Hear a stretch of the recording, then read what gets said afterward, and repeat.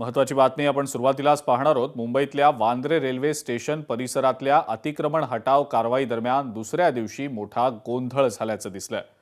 स्थानिकांनी कारवाईला विरोध करत पोलिसांसोबत धक्काबुक्की केली। त्यानंतर परिस्थिती नियंत्रणात आणण्यासाठी पोलिसांनी सौम्य लाठीचार्ज केला।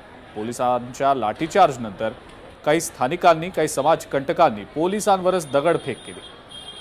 त्यानंतर पोलिसांनी काहींची धरपकड केलेली आहे। कोम्बिंग ऑपरेशन राबवत 7 जणांना पोलिसांनी अटक केलेली आहे।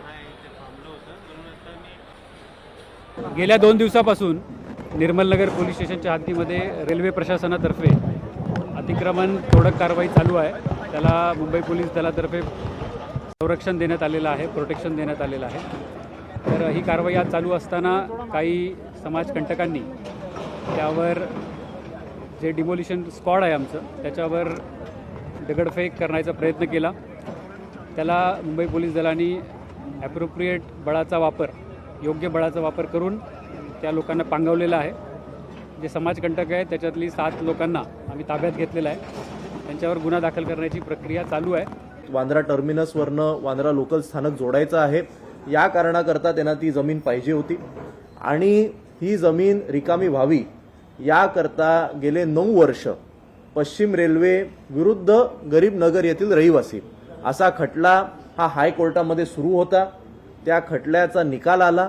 त्या निकालामध्ये हायकोर्टाने असे निर्देश दिले की ही जागा ही रिकामी करण्यात यावी आणि इकडचे एन्क्रोचमेंट हे काढण्यात यावे। परिणामी हायकोर्टाच्या निर्देशानुसार ही संपूर्ण डेमॉलिशन तोडक कारवाई ही करण्यात आली।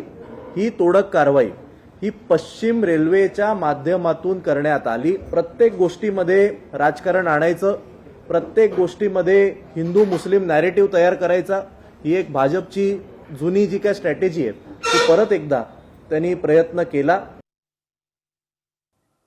यानंतरची एक बातमी पुण्यातली आहे। पुण्यामध्ये उपचारादरम्यान एका 6 वर्षीय चिमुकलीचा मृत्यू झाल्याची घटना दीनानाथ मंगेशकर रुग्णालयात घडलेली आहे। यानंतर खासदार निलेश लंके रुग्णालयात दाखल झाले।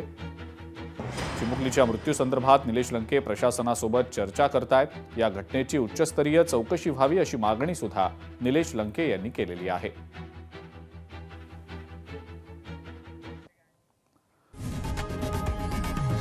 लोकशाही मराठी ऐका, पहा, जागरूक रहा।